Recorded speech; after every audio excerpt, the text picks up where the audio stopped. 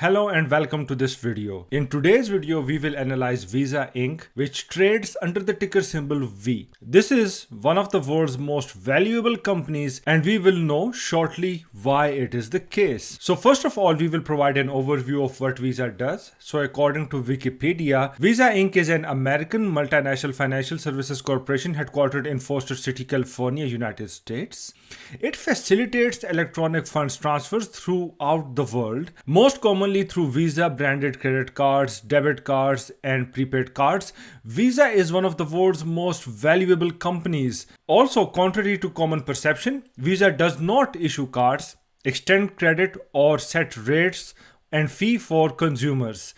Rather, Visa provides financial institutions with Visa branded payment products that they can use to offer credit, debit, prepaid, and cash access programs to their customers. In 2015, the Nielsen Report, a publication that tracks the credit card industry, found that Visa's global network, known as VisaNet, processed 100 billion transactions during 2014 with a total volume of $6.8 trillion. So Visa has been the sixth amongst the list of most owned stocks in the portfolios of world's topmost 72 super investors. The only stocks which lead it in terms of most owned stocks are Facebook, Google Alphabet Inc., CLC, and Microsoft. So in short, it is a company which had incredible impact in the world of payment solutions and has a proven track record. Now let's analyze the Visa stock through our 14 value-centric dimensions to evaluate its feasibility as a long-term value investment and also see how much score we get out of 100 for the Visa stock. So I will also be interested to see if we can get an overall score of over 75% over the time frames of 3, 5, and 10 years and see the parallel or correlation between our feasibility analysis and the criteria of world's best investors. In other words, I will be interested in seeing how well our dimensions converge to the same conclusion as the world's best investors. Later on, if our dimensional analysis validates its feasibility as a good investment, we will look at the current state of the market through the lens of 6 critical dimensions to gauge if it is the right time to accumulate Visa stock, or shall we wait for the market to offer it to us for a cheaper price. So let's go ahead and first analyze the Visa stock via the 14 dimensions of value-centric investment feasibility. For those of you who are new to this channel, I'm Dr. Sabir Khan. I'm a business strategist, experienced investor, award-winning scientist, and also help the business owners as a coach and sales mentor. So looking at our investment feasibility calculator and analysis tool, the current price of Visa is $239 for its stock. Market cap is $507 billion. The PE ratio for the trailing 12 months is 46.7. The PEG ratio for the trailing 12 months is 2.7. The earning per shares over the trailing 12 months is 4.89. The price to book ratio is 13.4. The price to sales ratio is 22.4. And price to free cash flow ratio is 43.8. The average revenue growth over the last 10 years is 10%, which is quite good. The average asset growth is 10%. The average equity growth is 3%. The average net income growth is 19%. And average liability growth is 27%. Now let's have a look at the stats over the last 5 years. So over the last 5 years, the average revenue growth was 10%. The average asset growth was 17%. The average equity growth was 4%. The average net income growth was 13%. And the average liability growth was 53%. And over the last 3 years, the numbers don't look that good. So the average revenue growth is 6%. The asset growth is 6%.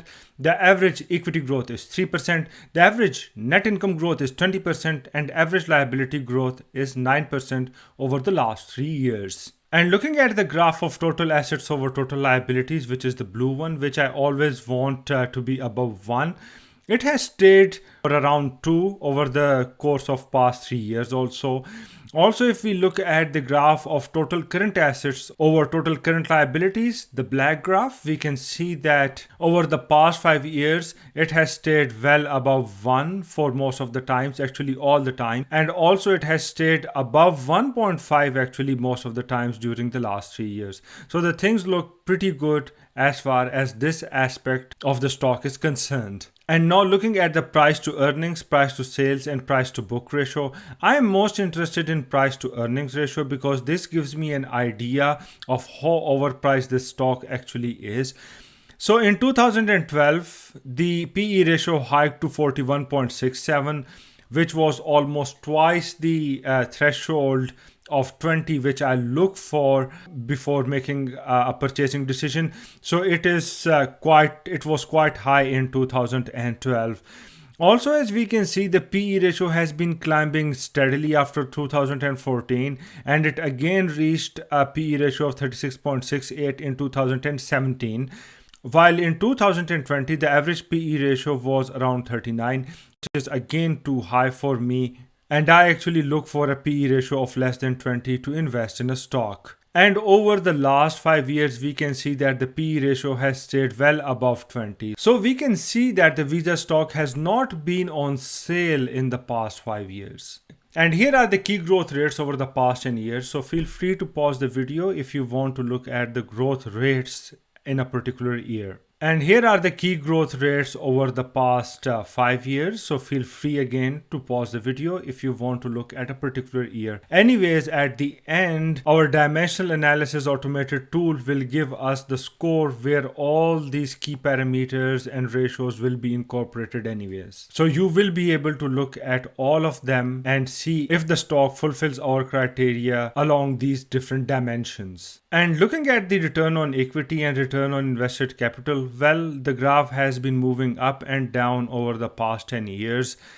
But mostly I would say that overall, on average, it has stayed, I think, over 10%. So let's see what our stock analyzer tool tells us later on when we look at the score of overall dimensions. And over here in the last 5 years, the picture is even better because most of the times the ROE and ROIC has stayed over 15%. And it gets even better in the last 3 years because we can see that both of them, ROE and ROIC, have stayed over 20% over the course of past 3 years. And as far as the gross EBITDA and operating margins are concerned, they are staying well over 50% over the last 10 years, over the last 5 years, and over the last 3 years, which is quite good. And as far as the diluted shares outstanding are concerned, we can see that the trend has been in the downward direction. It means that over time, gradually, the shares have been taken off the market by buybacks. And the same trend can be seen over the last 5 years and also over the last 3 years. And the overall score over the last 10 years is 79%, which is excellent, and it is above the 75% which we look for. Also, over the last 5 years, the feasibility score was 79%,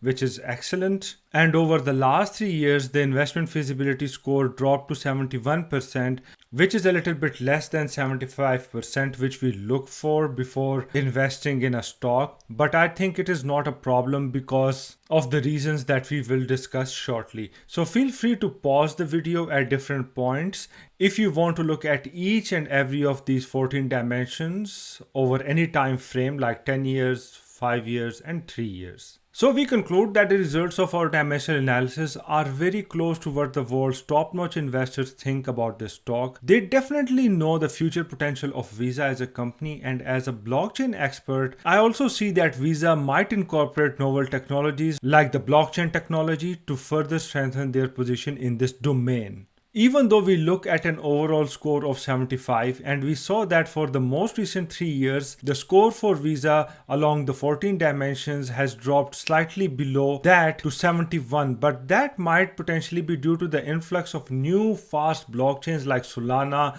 and Coti and DLTs like Redis, which might have motivated the management to innovate and evaluate the induction of such technologies into their core services as underlying enablers of value proposition.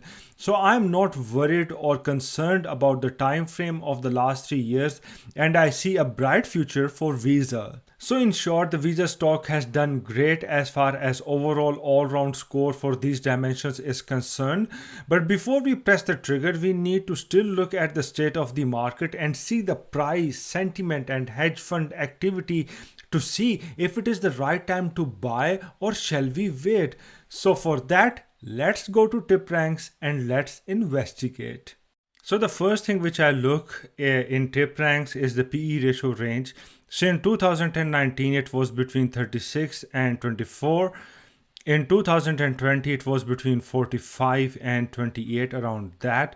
And now currently in 2020 we still have some months to go, but it has been so far between 46 and 35, more or less in that range. So it is just way too expensive for me when I look at the PE ratio. And for some reason the analysts think that it is a very strong buy. So over here we can see that the average price target for the Visa stock is 280.90 US dollars for the next 12 months, and the current price is 231 US dollars. The highest target is 305 US dollars, which in my opinion is way too optimistic. So this is what the analysts think about the Visa stock. And looking at the price chart of Visa over the past 5 years, wow, it is amazing. Like, it has been just going up and up and up, and it simply means that we have to wait for the market to offer it to us for a discounted price.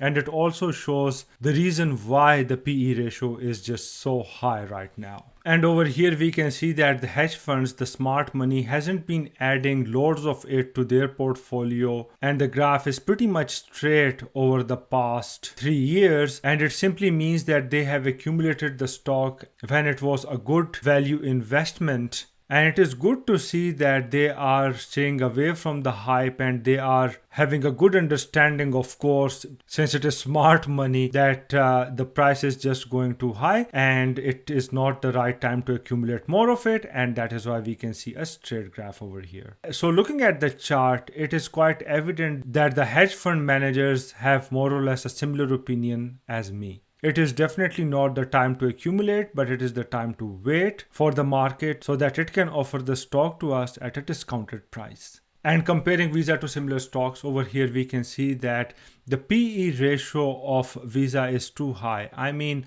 it is below AXP or American Express, but still, you see, I think maybe this sector was just getting too much hype recently. So that is why all the good stocks in this sector are quite overpriced right now. And even though the analyst consensus is strong buy for Visa, but I will stay away from it right now because I believe in fundamentals and numbers. And as far as the insider activity is concerned, so since February 2021, the insiders have been just offloading the Visa stock. And that is quite logical because it is overpriced. And why wouldn't they make profits? Anyone will do the same in this situation. And looking at the reality, looking at the different dimensions of the market state, the only disagreement is between me and the analysts. So that is absolutely fine. I saw that hedge funds are not accumulating. I saw that the insiders are offloading the stock. So we only get a score of 20% for the dimensions related to the current market state. So I will wait. I will wait for the market to correct, and then I will buy the Visa stock at a discounted price later on.